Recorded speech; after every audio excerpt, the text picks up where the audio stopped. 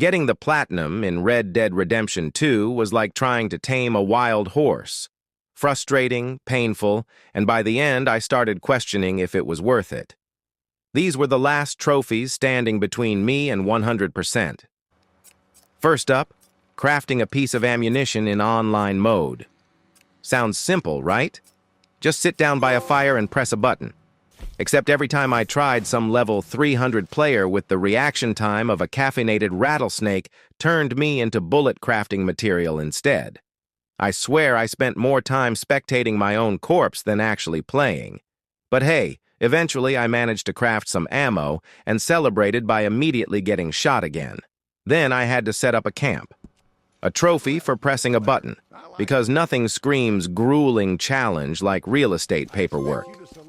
The real struggle wasn't setting up the camp, it was keeping it. Every 5 minutes, some random posse would roll up like a gang of unpaid landlords, torching my supplies and forcing me to relocate. At this point, I wasn't living the cowboy dream. I was a homeless outlaw with commitment issues. Countering a posse's free roam mission came next, which really just meant being an absolute menace. I spent an hour looking for players actually doing missions, because for some reason, everyone in Red Dead Online would rather aimlessly roam the desert like a lost tumbleweed than actually complete objectives. Then it was back to single player, where things weren't much better.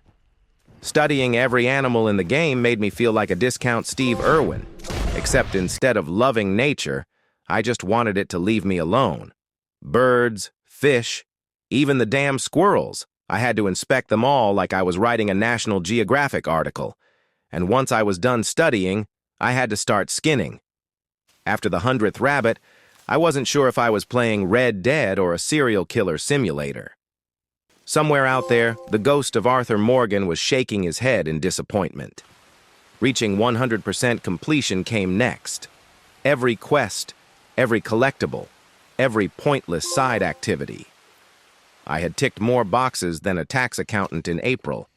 There's a fine line between being a dedicated gamer and being clinically insane, and I was tap dancing on it. Then came the real nightmare. Surviving 18 bear attacks and killing the bear each time. This wasn't a trophy. This was the Revenant on repeat. These bears didn't just attack me, they came at me with the rage of 1,000 unpaid bounties. By the 10th bear, I started questioning if I was the hero of this story or if I had just become some kind of cowboy serial killer terrorizing the wildlife. At this point, I wouldn't have blamed the animals if they had formed a union and put a bounty on my head. But the true test of my willpower was earning 70 gold medals in missions. Rockstar really expected me to play each mission perfectly, under a time limit, without taking damage, and with the kind of precision that only government-trained assassins have. Some missions were easy. Others were so brutal that I swear my controller aged 5 years from the stress. I did it, but only after replaying some missions more times than Rockstar has re-released GTA 5. And finally, the Platinum Trophy popped. No reward, no real sense of accomplishment, just the realization that I had turned a masterpiece of a game into a second job. If you've ever suffered through this game's online mode, drop a like. If you made it to Platinum without losing your sanity, hit follow. And if you actually enjoyed hunting for 100% completion, comment below so we can add you to the wanted list.